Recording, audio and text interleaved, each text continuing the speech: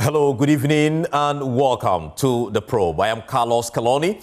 We are live on DSTV channel 421, GoTV channel 125. We're also live on Joy 99.7 FM and Love 99.5 FM in Kumasi. You can also catch us live streaming across all our digital platforms, Facebook, YouTube, and X at Joy News on TV and globally via myjoyonline.com. Tonight, here on The Probe, we'll take a Pan-African look at how the continent fared at the just ended 80th UN General Assembly.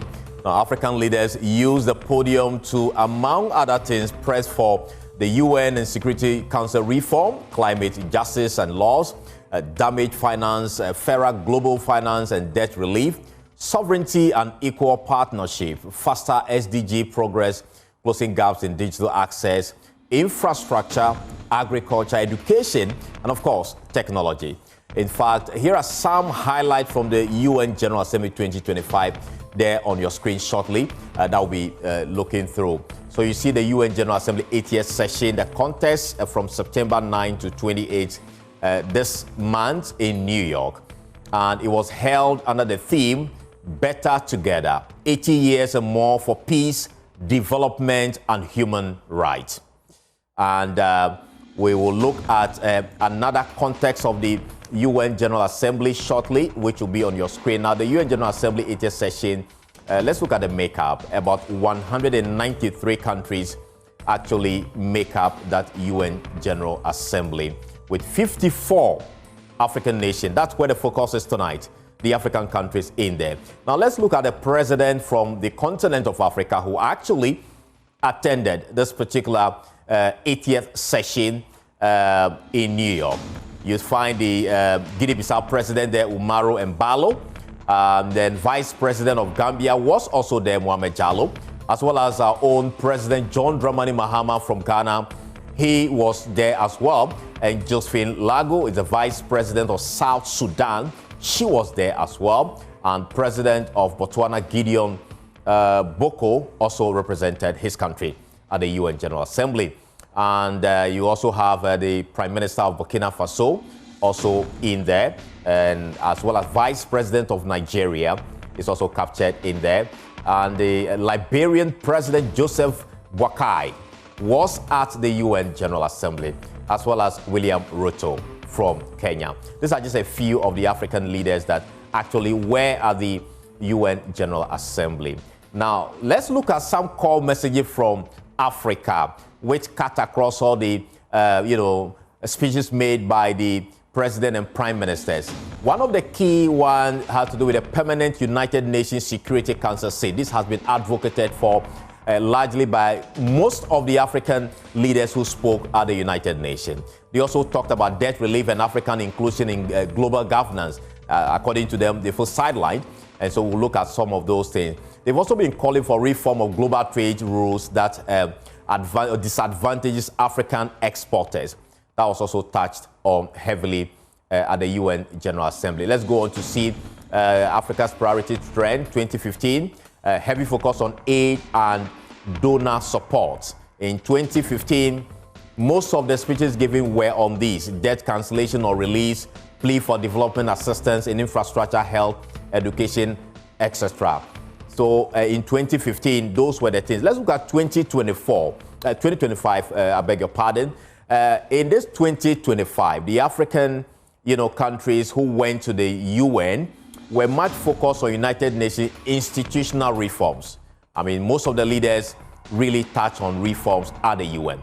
They were also demanding for fair trade rules and advocacy for global justice and equity, not charity, which is a sharp, variation from what they were advocating for 10 years ago in 2015. Let's proceed and look at some major resolutions made at the 80th session at the UN General Assembly. Renew commitment to the Paris Climate Agreement. These were some of the things the African countries were calling for. They also call for Gaza ceasefire and operationalization of climate laws and damage fund. We'll proceed and see the issue on Palestine, the Palestine factor. They have also been calling for a declaration which calls for the peaceful settlement of the question of Palestine and the implementation of the two-state solution. Most African countries spoke on that. On the Palestine factor issue, this is how the votes look like. Those in favor so far, the figure stands at 142, and just about 10 countries are against it. And those who are absenting themselves are about 12. That's what the figure looks like. And there you have Ghana's own president, John Mahama, who made a very powerful statement at the United Nations. And you see his quote there: this organization must reset itself to reflect today's realities. The survival of the UN is vital because it remains the town square of our global village. That was said by President John Mahama. And as we go on, you see most of the things that he has been talking about. Well, while the speeches by African leaders at the UN General Assembly have been praised or, encouraged that they have been able to make bold state appeals to wealthier nations, critics say Africa fell short. They argue that Africa lacked a unified voice, few concrete proposals, weak use of strategic resources, and no SDG rescue plan tailored to the continent. So tonight, we ask, what were the successes, what were the gaps and missed opportunities at the just ended United Nations General Assembly for Africa? Now, joining us from the U.S. is Liberia's Minister for Information, Cultural Affairs and Tourism, Gerald Linkmek-Pia. Also from Lagos, Nigeria is Dr. Liboros Oshoma. He is a legal practitioner and foreign policy analyst. From Burkina Faso is Dr. Lassane Ouedraogo. He's an associate professor at Nazi Boni University and research fellow at CDD West Africa. And from Kenya is Gordon Kochalo. He's also a foreign policy analyst. And joining from Accra, Ghana is Dr. Ishmael Lovo. He is an international relations expert. When I return, we'll jump straight into the conversation. Stay with us here on The Probe.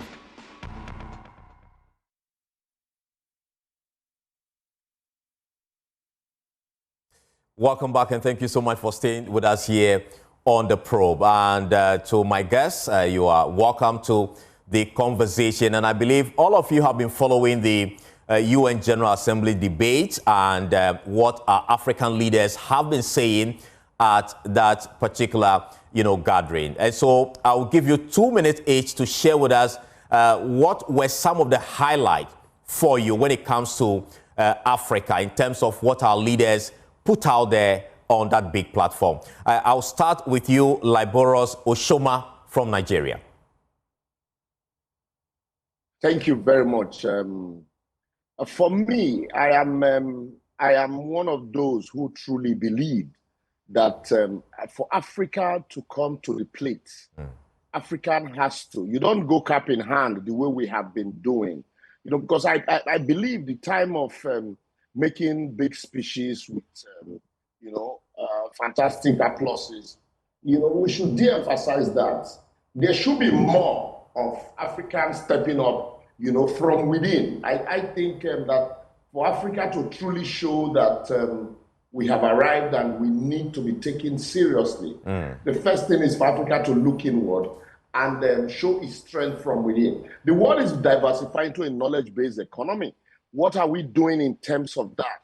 What's our curriculum in terms of knowledge and tapping into the strengths, inner strength that African has? And that way, certainly the world can no longer gloss over, that strength that African has. But when we consistently wait for the world to give us handouts, and then we go back to them and tell them, you have to give us a place at the table, certainly nobody will take us seriously, because we have been asking for this place at the table for as long as I can remember.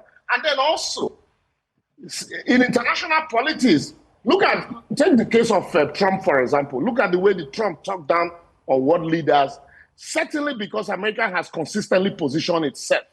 And so that politics of integration that America had played, but came Trump, it's almost as if, look, you know what? We're not going to look in your direction. You're going to either step up the plate or you ship out. So this idea of consistently coming around to, it's almost as if we are begging world leaders to look in African direction. I think we have outgrown that stage. This is the time for us now to take the bull by the horn. Come together at the AU level, first and foremost. You have a common goal and a common policy, and then work inward. And with that, it becomes easy for Africa now to push a narrative because nobody at that level, it will be almost impossible not to take them serious. But at this stage, I still think it is all still fine speeches and applauses. All right. Thank you so much for those, your opening remark. Let me go to Dr. Lassane Ouedraogo. You are an assistant professor at Nazi Boni University in Burkina Faso. What stood out for you for this 2025 UN General Assembly, the 80th edition? We know also that Burkina Faso has been vocal in pushing back against what it calls neo-colonialism. So from that background, what really stood out for you? You may have to unmute so we hear what you're saying. Thank you very much. Good evening, my co-panelists, and good evening to our viewers. In the old days, African leaders would present overly generic speeches, and many African leaders used to deliver speeches written in diplomatic cliches that are often fail to capture the attention or push Africa's agenda. And this time around, what really caught my attention is that most of them have spoken with a lot of ease in terms of delivering the issues that they believe should be brought at that stage. Notwithstanding the fact that in the old days we have seen a lot of flops like, Mohammed Gaddafi speaking for 90 minutes, or, a president of the Gambia speaking for, blaming, for example, gays and lesbians for, the world scenes. We haven't seen those kinds of, speeches. You would call them outliers in the UN assembly meetings. This time around, we have seen leaders that are very well composed and have delivered speeches. We can go into the details and perhaps highlight the fact that we still didn't go with a unified voice. That is a major flop for me as well.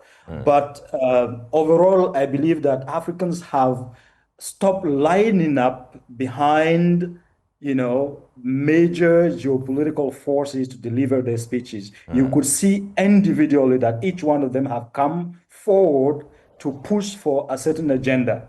Although we can question those agenda, of course. We can question the individualistic approach to coming to that world stage. But still, we can appreciate the simple fact that they did not go into the room with this kind of complex, the speech is not written, it's not dictated from elsewhere.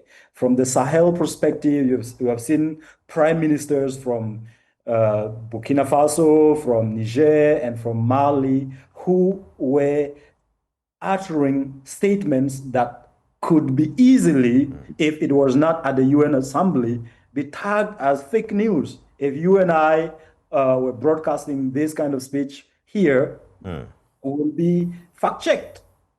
But here, our leaders standing there and saying, look, France is responsible for X, Y, and Z. The Ghanaian president standing up there and saying, look, we ought to condemn X, Y, and Z. We ought to have a voice here.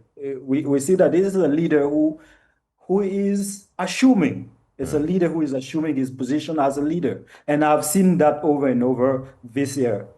So I applaud that kind of commitment, speaking on behalf of the continent. Right. Thank you. Hold it for us. Let's go to Gordon Kachola. Forgive me if I am not pronouncing your name right. But what stood out for you also briefly at this year's UN General Assembly? Well, thank you very much. It cannot be confirmed that Africa is beginning to stand out and speak what the billions of Africans want to hear. Nobody wants to hear Africa begging. For one reason, we have all it takes to be one of the greatest in the world, and even in the world stage. But why must it always be begging and speaking like we are the very least in the pecking order? If you check just in what the highlights you're giving, in 2015, 10 years later, 2025, the kind of speeches and the kind of presentation African heads of states have been making are quite different. That shows you clearly that Africa has become not just of age, but has woken up to a realization that, look, if we don't stand up for ourselves, nobody is going to do it. And we've seen that with the climate change issues, from adaptation funding to all manner of funding that comes from the climate change. So in my view, the African leader of today is under pressure from the African youth, and they know what the African population demand of them, and they are taking that to the global stage and echoing the exact voices of the African young population. Interesting. Well, we'll delve deeper into these matters, but let me give the final word to Dr. Hlovo on this. What stood out for you? A week ago, we had a conversation here on Joy News, and then you put out what you were looking forward to. And so what stood out for you? I think that what stands out is the fact that African leaders seems to have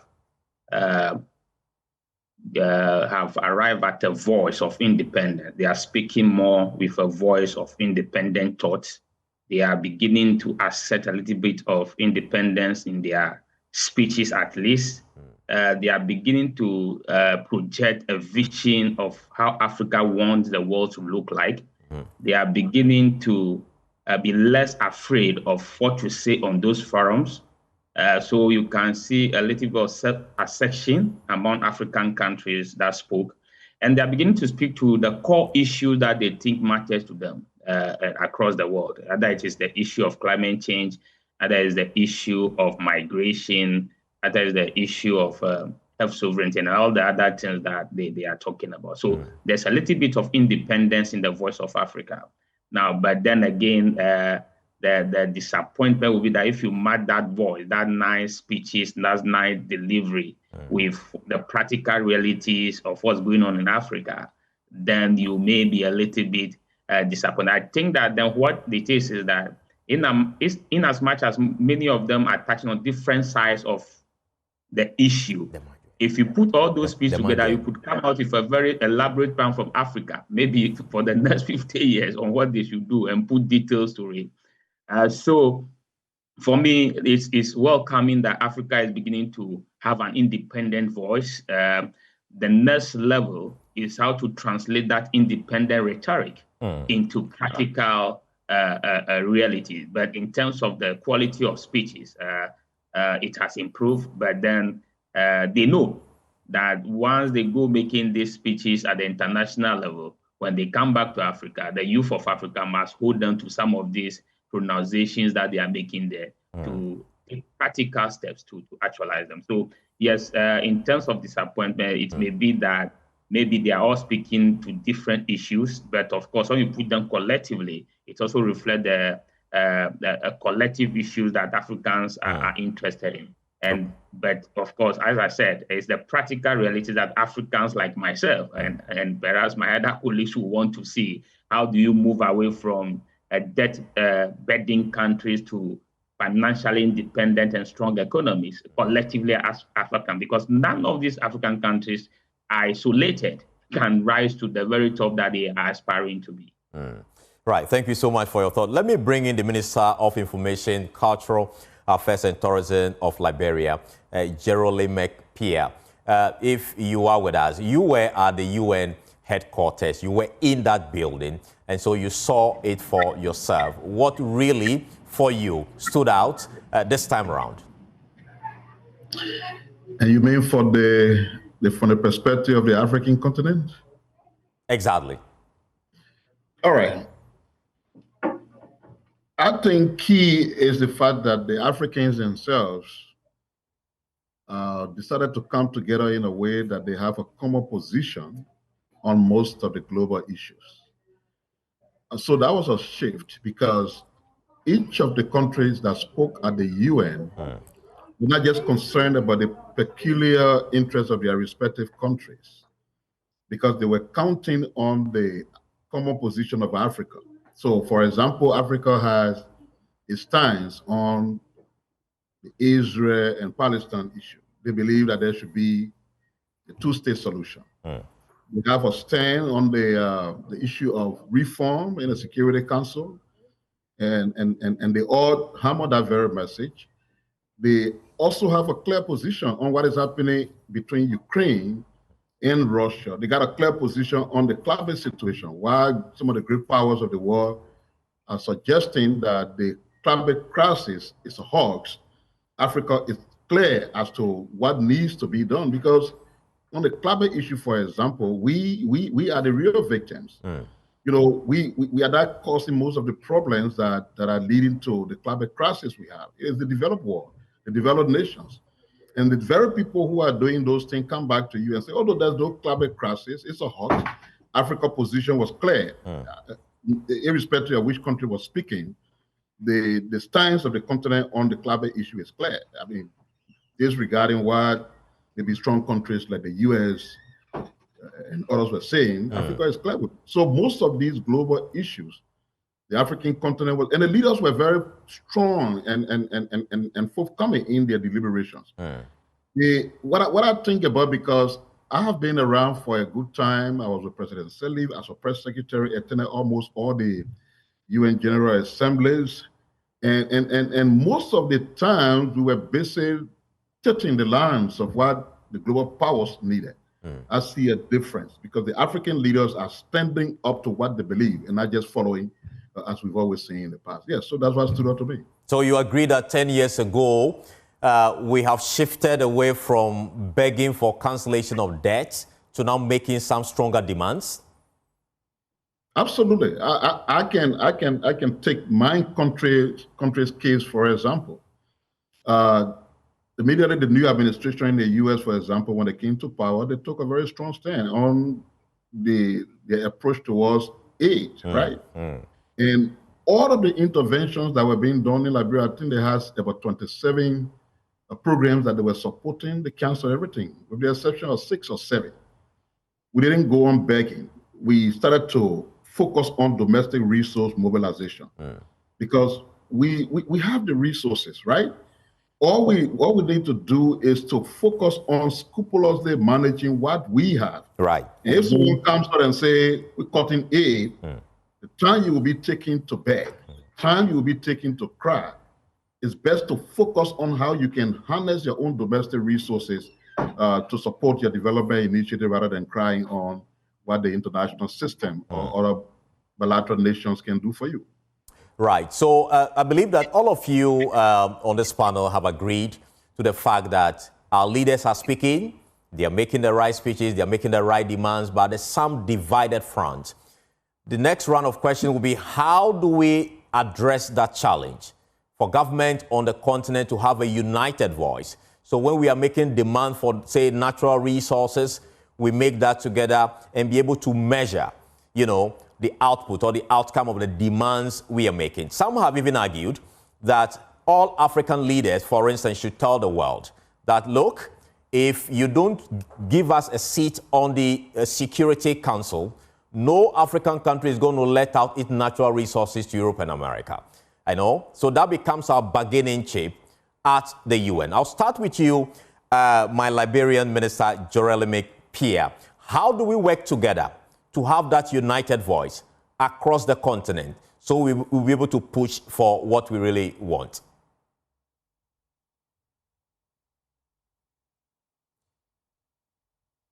Hello, Mr. Pierre, if you can unmute. All right, sorry. So I was saying it is the right thing to do, but we must also admit that there are still some long way to go to reach that level.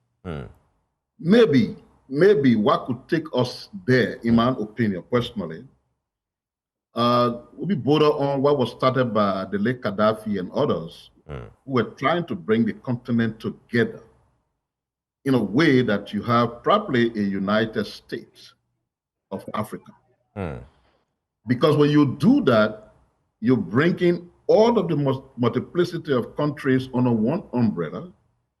You will have a federal level leadership, even though each of the independent nations that are currently constituting the African continent will remain as member states or member cities of the United States. And with a centralized government, once you push that concept, it holds. But let's put it this way. You say to Nigeria, or the African Union meets and say, this is what we want. So you say to Nigeria, don't deal with all of the people you're dealing with regards to your resources until they give us a seat. The Nigerian president has an obligation to go back to his people, preferably through their parliament or Congress or whatever they call it. Right. Because being a president does not give you an authority that you can just, submit to whatever the continental bodies want. Right. So if you take that into consideration, it would be a very Herculean task to get us reaching that point. But on an individual basis, country by country, and I think they can do so. Okay. We can begin to stand up individually as nations to say, I will not do this. Right. And just hope that many other countries from the continent will follow in that regard. But to sit at the AU or whatever and say, look, so the key point is we need to start from home. Then we can escalate it to the African continental level. Well, hold for me. Let me go to Nigeria now to speak to Oshoma. How do we speak, have that united voice as a continent to make real demands so we don't have fragmented demands or voices?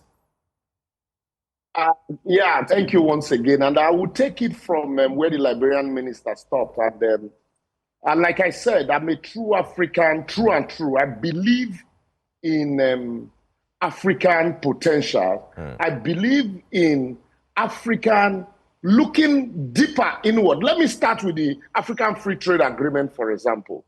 I'm going to Lusaka. And I will need a visa from Nigeria to get into Lusaka. I'm going to Lusaka for business.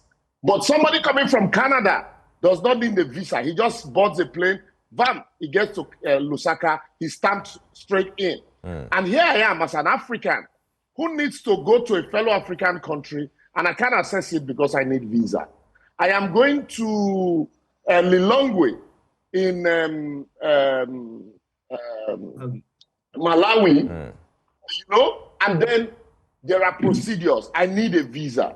And in some cases, you need to even connect some of these African countries. You will need to access Europe. The flight to get to those countries, you need to go to Europe and then get a plane for Europe to come into Africa. So if we look inward and create African connectivity, we have a lot to give to each other. All of these resources that we are giving out to China, we're giving out to America, we're giving out to Europe. And like the minister from Liberia said, if we look inward and create, how do we ensure that we process these resources? That's why I talked about education, knowledge-based economy. Cote d'Ivoire, for example, makes about $2.8 billion from cocoa. But Switzerland that process cocoa make about 70.6 billion from the same cocoa coming from Cote d'Ivoire. Why can't Africa look inward and say, look, these resources, we're going to use it to generate the wealth for Africa and then create this connectivity. When you do that, the world will naturally look through to Africa. Like I said earlier on, look at Dubai.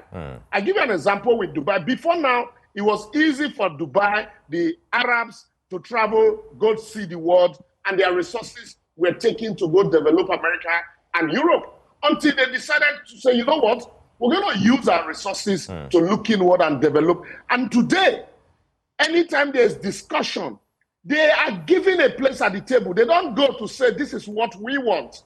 They are recognized at the table. Right. So African has that potential. Okay. African has the resources. All we need to do is to turn our resources into wealth. And when we do that, we would have stepped up a notch for that.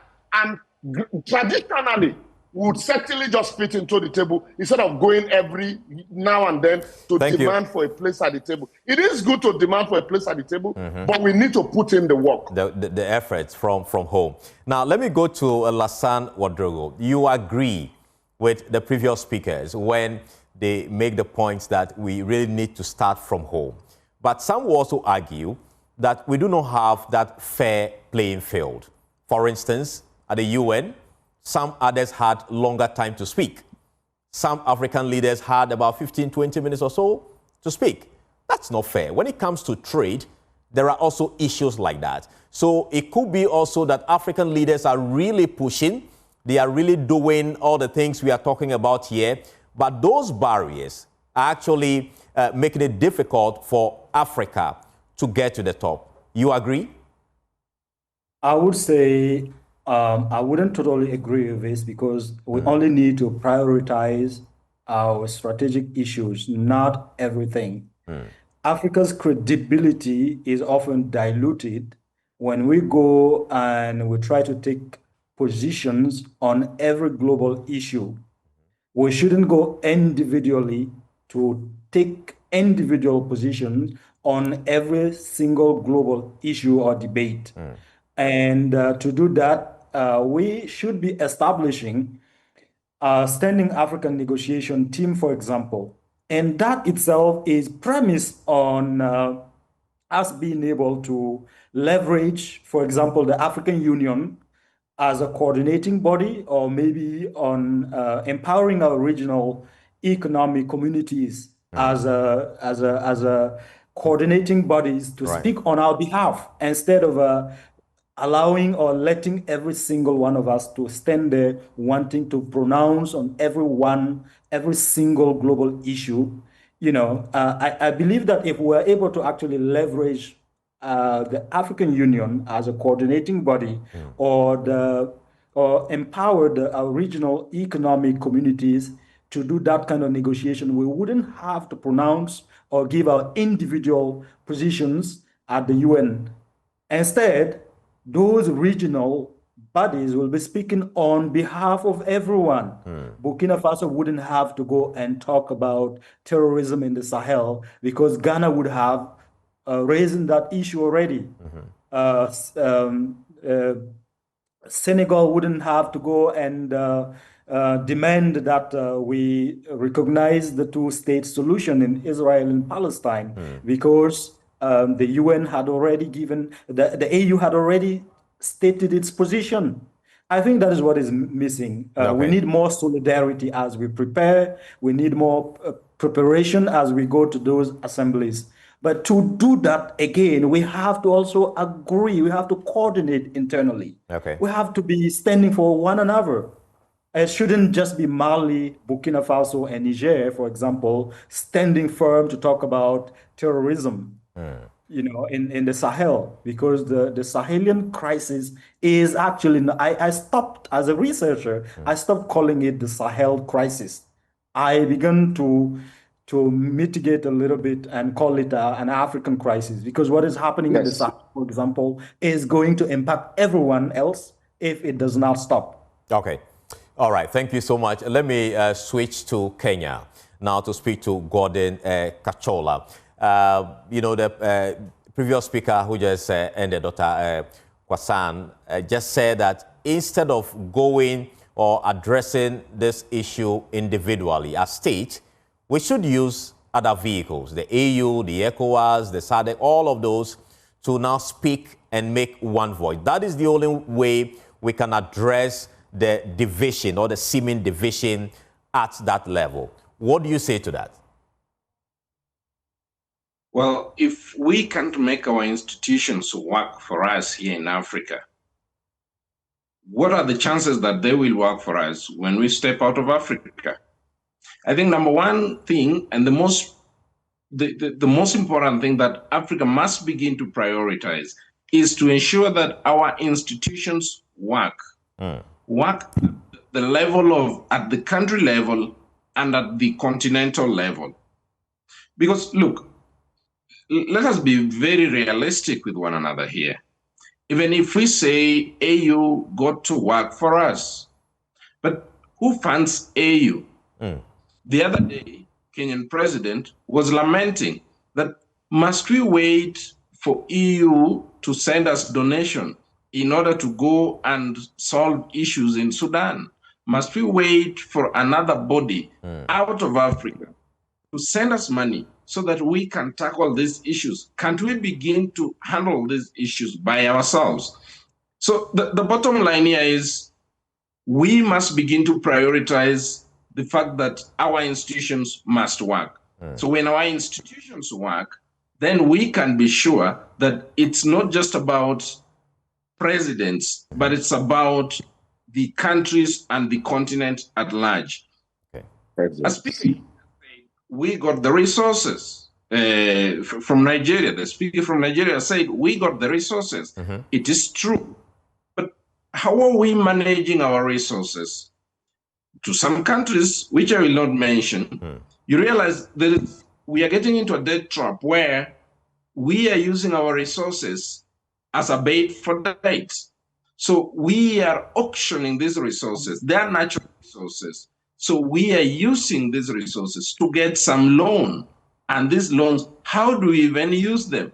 And for example, if country X decides to use gold that is not yet mined to get some loan.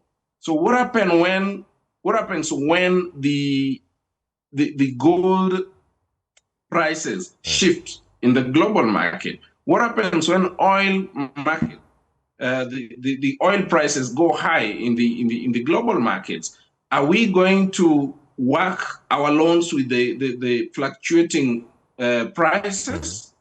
That has not been the case. So I think Africa is at the right position to begin speaking what they need, what they deserve.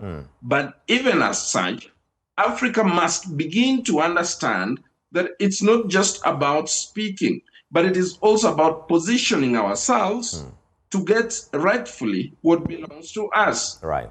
We all know many institutions in the world were not formed or were not choreographed with Africa in mind. No. But what they are all working against Africa, and Africa has been roped into them with or without their consent. So it is time for African leaders to begin to ensure that everything works for us. Why can't Africa have its own bank that can loan it and detach itself from the global phenomenon, in the name of World Banks and the IMF? Is it not possible? It is possible. But why is it becoming such a big elephant in the room? It's because Africa has not deficit of leaders, but deficit of character. Okay. Thank you so much. Hold it. Let me go to Dr. Ishmael Lovell. He's also an international relations expert. Where does the solution lie? Many of your panelists are giving us fantastic ideas, but it appears the commitment to these things, is the challenge. From where you sit as an expert, where do we start from? What is that one solution that can get Africa to the level where we can also have that authority to demand what we deserve? Okay, thank you. I think that the first point to start from is to rethink the position of power. Africans must begin to understand what power means in international relations, and then begin to think more strategically.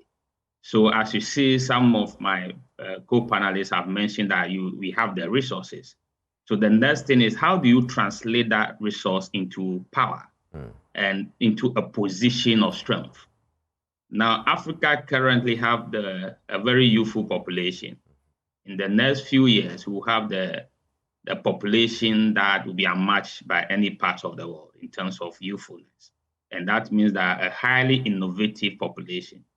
Now you have a resource base. So you have to think that these are the things I have. These are my strengths. And so how do I begin to think strategically, leveraging on these resources? Now, so for the natural resources, you have to have a governance regime that effectively gives you more from those natural resources. So it's about natural resource governance. And so we have seen a repetition of colonial era natural resource deals across Africa. So we must have a common platform, a common framework that allow us to price our resources acceptable to ourselves. So for instance, I have gold, South Africa have gold. So if an investor is coming to invest in my gold and I have a framework that doesn't suit him, he moves to South Africa. But if you have a common framework, what it means is that it's either you accept it or you leave. And if we are saying that because we need the investors to come in, then we have to look at the option of having joint projects where maybe government puts money into a joint project, create private entities that will manage gold mining, which means that if all Africa come and set up mining companies, that's a huge, because then you have state backing. And then I think that what has undermined African economic development is the paradigm of economic development we seem to be operating with, a purely neoliberal, which we think that the private people will solve all the problems without state intervention. That doesn't work anywhere. Anywhere you see development, there's always state engineering of development. Development is an intentional process. It's not by accident. So, and I think that that is the way we have been thinking all this while. So a concept emerged from the UN, from any place. We don't ask ourselves, how does this concept apply, particularly within the specific context of Africa? So we go applying concepts like sustainable development, green transition, but then we don't ask ourselves, how sustainable is it within our context? Can we, for instance, say that for energy transition, give us like 50 years to transition?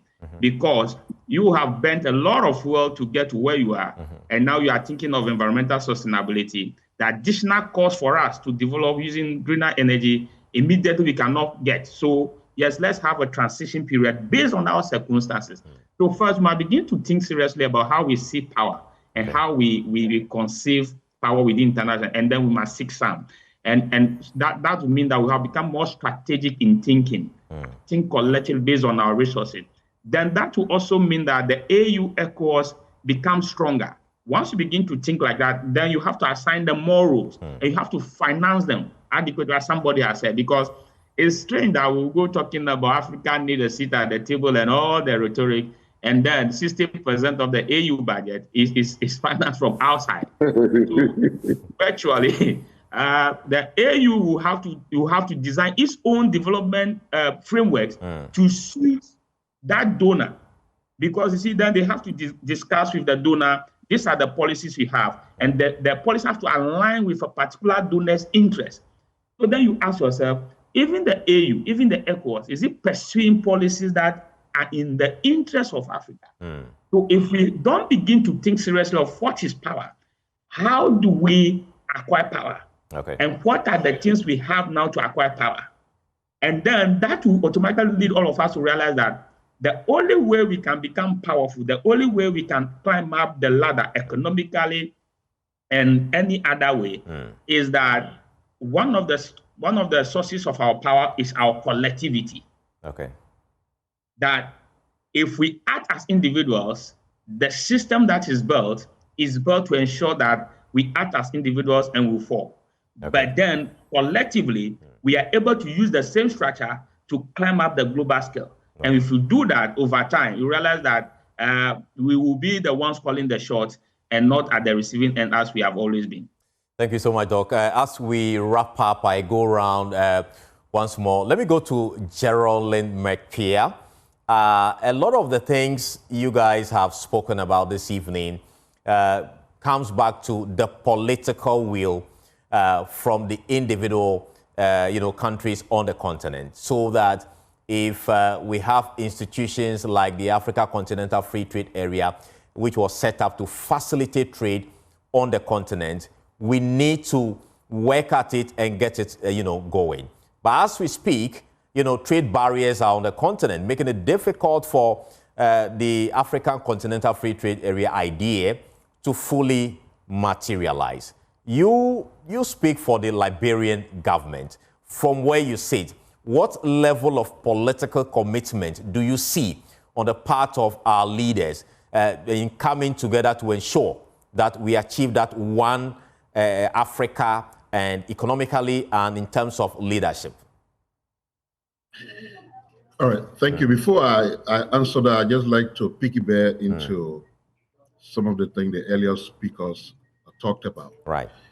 I know the other brother, I don't know from which country, talked about using our continental institutions to be our voice, and then you wouldn't have individual countries going to the UN and having different positions. The problem with that is that the UN is structured in a way that recognizes individual states, not continental or regional organizations. So when the UN General Assembly is called, it's meant for the 193 member states. And so provisions will be made, whatever the general debate is for a particular year, provision will be made for each country to make a case on those general debate issues. Right. What the African continent has been able to do is not to try to take that right away from the individual nations, but to say, look, this is what we think about these issues. And it will be in the interest of the continent for each of the countries moving forth to tailor the advocacy, agitation, or messaging along these lines. And once the rest of the country are following, there's consistency in what the continent wants. Even though they are speaking individually, but it's being guided and formulated from the perspective of the continental body. So I just wanted to point that out. The last speaker says something, I think I'm missing out on it, but okay, I'm missing out on it. I don't quite remember, but there's something he said that I wanted to respond to. Okay, all right. So, but to just say, as to the question you asked, since we're concluding, I think the political commitment is there. I mean, personally, from the perspective of what I've experienced from Liberia's own standpoint, I think the political commitment is there.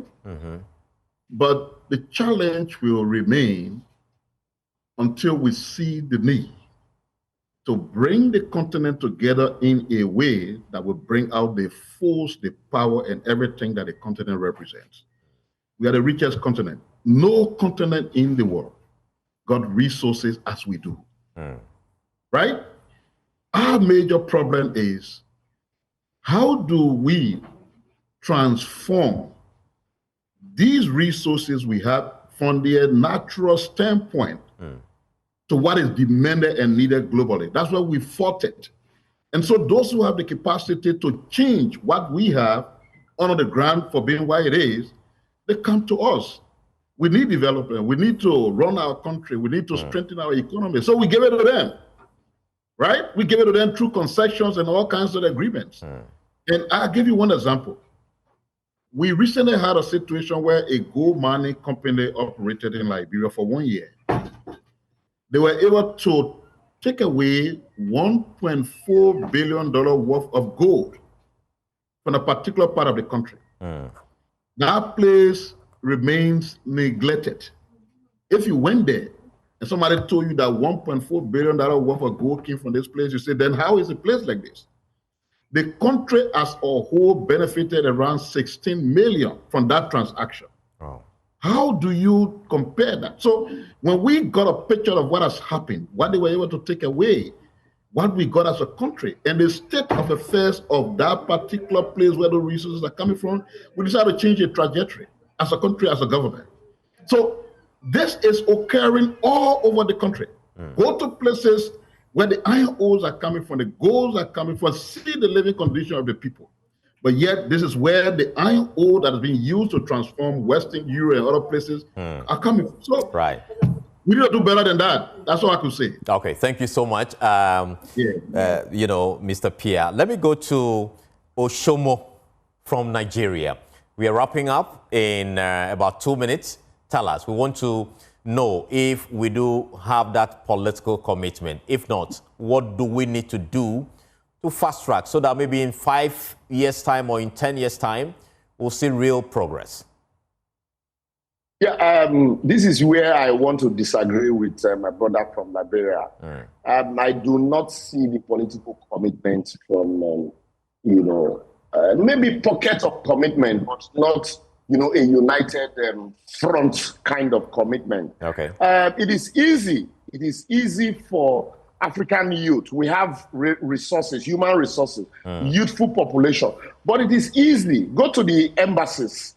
Go to the embassies, Europe, and American embassies, in the money, they are filled up. Our youth are looking for opportunity to live because the political will to tap into the potentials that are here are not there. You travel to Europe, for example, you land in Charles de Gaulle, you're going to Frankfurt, you take a train and you see the countryside.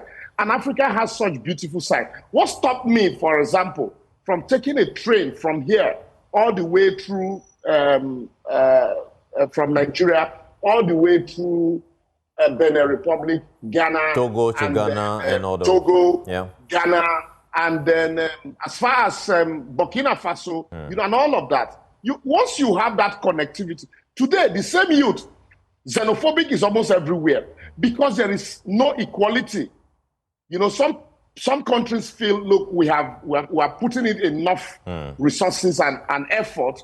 Others are not putting in the same effort, and so they are feeling shortchanged. Okay. So there is needs, even at the regional level, for example, there's need first and foremost for that concerted effort. We need to change our education curriculum to look inward for that concerted effort at the regional level and create, not just have regional block, but ensure that there are regional integration in terms of trade, in terms of education, and in terms of mobility and equality. Once you have that, nobody will be, a Ghanaian will not be scared that a Nigerian is coming to take their business. Right. They're coming to Accra. The same way Nigerian will not be scared that a Ghanaian is coming to take over its business. Okay. There will be opportunity for a handshake across, what do you call it, countries. And then even development. That is the only way that people can now see that political will be translated into actual progress. All right. And like Obama said, I will end up like Obama said in Ghana some years back, the solution to African problem lies in Africa. And until we begin to look inward, we'll continue to go make fine speeches with basically nothing to show. Thank you. Thank you, Dr. Shomo. We appreciate your intervention there. Let me go to Dr. Lassane in less than 1 minute because we are running out of time. Do you see the political will on the continent? If not, what is the solution? Africa is definitely lacking political will, but not just the political will, we also lack political action. And to me, the solution, we are standing with institutions that were not built, taking us into consideration. And up to today, some African leaders are parading the global stage, not even understanding the major issues at play. It is not about getting a seat at the UN General Assembly. It is about dismantling this whole architecture and building a new world order in which Africa would have a voice. The UN as it stands today, even if Africa has 2 seats, it will not work for me as a young person sitting in Burkina Faso. I doubt that our leaders have that kind of understanding. I think we have to push beyond that. We have, if necessary, we have to even walk away from this architecture. And I'm just taking away. I'm taking aside the voice of the professor and talking as a man on the street who does not see the outcomes of all of these meetings for so many years. When we were in primary school up to now, we heard about the need to refund the UN, the need to reform the UN. But what kind of reform can you make out of a broken system? So we need to fix the African system first. That's your point. We have to fix the African system first before we get to that global stage and seek our voice out there. But not with this current United Nations in its current architectural form. Yeah. All right. Thank you. Gordon Kachola. Dr. Lassane believes that having a seat at the UN Security Council alone will not change anything.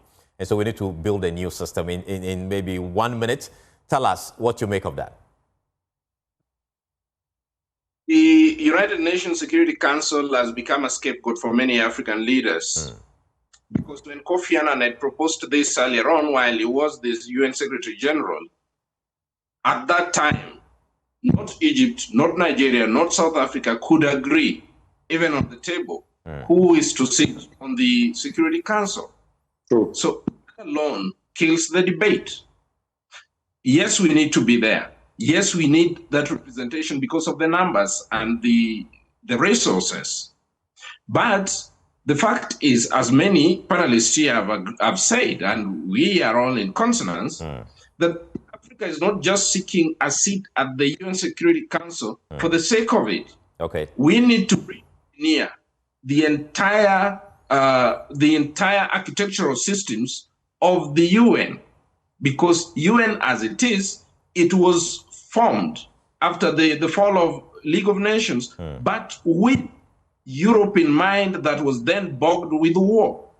It wasn't formed by Africa in mind. After all, Africa was up for grab even after UN was formed. That alone kills the debate. Okay. I think the most important thing right. at this moment is we must get the entire architectural system of the UN reformed for the sake of Africa to fit. Okay. Fit for purpose for Africa. All right. Thank you so much. The final word to Dr. Ishmael over 30 seconds. What is the way forward on this matter? The way forward is as simple as this. Make the African Union and ECOWAS effective. Make them more robust institutions that address the issues of Africa. If you start addressing your own issues with ECOWAS, with AU, right. You hardly need the UN. Okay. Then you can, based on that, and go to the UN and demand reforms in line with the reforms you have done at home. Without that, I think that the rhetoric will be rhetoric, and those who have the power will have their way. Thank you, Dr. Ishmael Lovo, for speaking to us. And we've been speaking to the Liberian Minister for Information, Cultural Affairs and Tourism, Gerald Link Pia. Also from Nigeria was Dr. Liboros Oshomo. He's a legal practitioner and foreign policy analyst, as well as Dr. Lassan Guadrago, Associate Professor at Nazi Boni University in Burkina Faso. And from Kenya, you heard Gordon Kachola. He's a foreign policy analyst, and our own Ishmael Lovo. Thank you, gentlemen, for joining us here on The Probe. My name is Carlos Caloni. Next week, we have another exciting edition of The Probe. Bye-bye.